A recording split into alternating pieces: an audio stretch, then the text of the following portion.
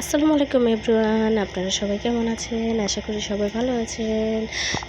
আমি আজকে সেহরি করছি, যেহেতু সপ্তম রোজা।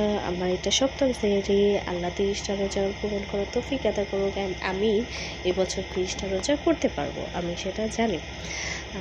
তো আজকে আমি খাওয়া দাওয়া করছিলাম খুদে চালের বউয়া, যেটা আমাদের বিক্রমপুরের ভাষায় বউয়া বলা হয়।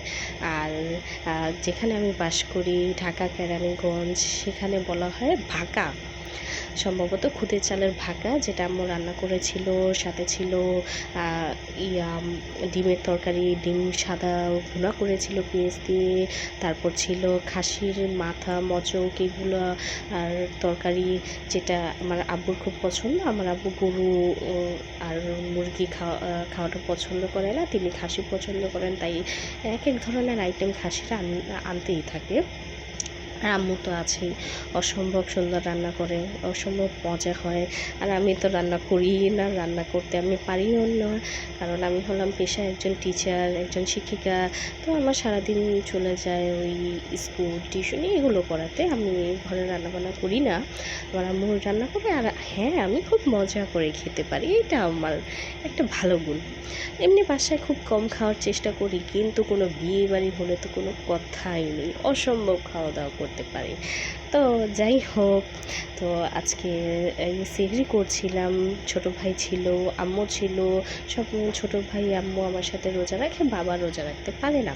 আর ছোট ভাই তো আছেই, ওর সাথে সবসময় ঝগড়া আমার লেগেই থাকে। কেন যেন মনে হয় ও আমার অনেক সবচেয়ে বড় দুশ্মন। কিছু করার নেই ভাই, ছোট ভাই থাকলে, ছোট বোন থাকলে ওদের সাথে ঝগড়াঝাটি হবে। এটাই জীবন, ঝগড়াঝাটি, মারামারি, এগুলোর মধ্যেই দিন পার করতে হবে। কিছু করার নাই, কিছু বলার নাই। অবশ্য বড় হয়ে তো সবাই ঠকে যায়, আসলে ছোট হওয়াই দরকার, সবার আদর যত্ন বেশি পাওয়া যায়। তো যাই হোক, জীবনে অনেক ওঠানামা আসে, দুঃখ কষ্ট আসে। সেই দুঃখ কষ্টগুলোর মধ্যে আমাদের সবার ধৈর্য ধারণ করতে হবে, সারভাইভ করতে হবে। আমাদের সবার উত্তেজিত হলে হবে না, আসলে কি মনটা অনেক ক্ষেত্রে অনেক বিষয় নিয়ে খারাপ হয়ে যায়, কিন্তু এক্ষেত্রে কিছুই করার নেই, সবই ভাগ্য। আসলে আল্লাহর কাছে আমাদের ক্ষমা প্রার্থনা করা আর আমাদের মন মতো কিছু চাওয়া ছাড়া আমাদের কোনো কিছুই করার নেই। ভাগ্যের উপরে কারো হাত নেই। আল্লাহ যখন যাকে চায়, সুখ চাইলে সুখ দান করে, দুঃখ চাইলে দুঃখ দান করে। আল্লাহ দরবার শুকরিয়া, যেভাবে আমাকে রেখেছে, রিজিক দান করেছে।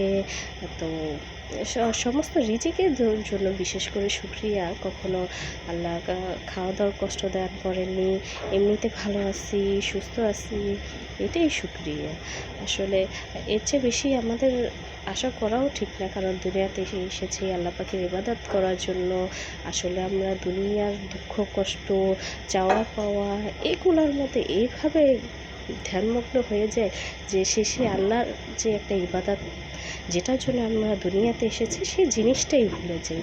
আসলে আমাদের সদা সর্বদা আল্লাহকে খুশি রাখা উচিত, তার ইবাদতে মগ্ন থাকা উচিত, তার কাছে ক্ষমা প্রার্থনা করা উচিত। আমাদের প্রতিনিয়ত জীবনে আমরা কত মিথ্যা কথা বলি, কত গুনাহের কাজ করি, জেনে অজান্তে মানুষের ক্ষতি করে ফেলি।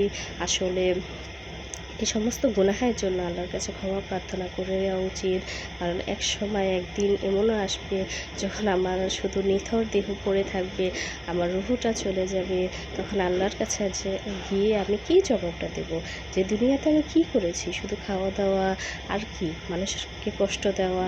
আসলে এই যে সিয়াম সাধনার মাস, রমজানের মাস, আমরা চেষ্টা করব আমাদের দুঃখগুলা আল্লাহর কাছে দুঃখ নাশের জন্য, পরিত্রাণের জন্য আল্লাহর দরবারে দোয়া করব, আমাদের গুনাহের জন্য ক্ষমা প্রার্থনা করব, যাতে আল্লাহ আমাদের গুনাহগুলো মাফ করে দিয়ে আমাদের ভাগ্যে যে কষ্টগুলো লেখা, সে কষ্টগুলো দূর করে দেয়। আল্লাহ অবশ্যই দয়াময়, হয়তো কিছু চাইলে দেরি করে দিবে বা অন্য কিছু দিবে, যদি সেই জিনিসটা আমাদের চাওয়াটা যোগ্য না হয়, সেই জিনিসটা হয়তো দিবে না, কিন্তু এর চেয়ে বা উত্তম কিছু দিবে। আমি আল্লাহর কাছে অনেক কিছু প্রার্থনা করি, আমি ক্ষমা প্রার্থনা করি। যদি হয়ে যায়, আল্লাহ যদি সন্তুষ্ট হয়, আমার কাছে এতটুকুই যথেষ্ট, এতটুকুই শুকরিয়া, আর কিছুই লাগবে না।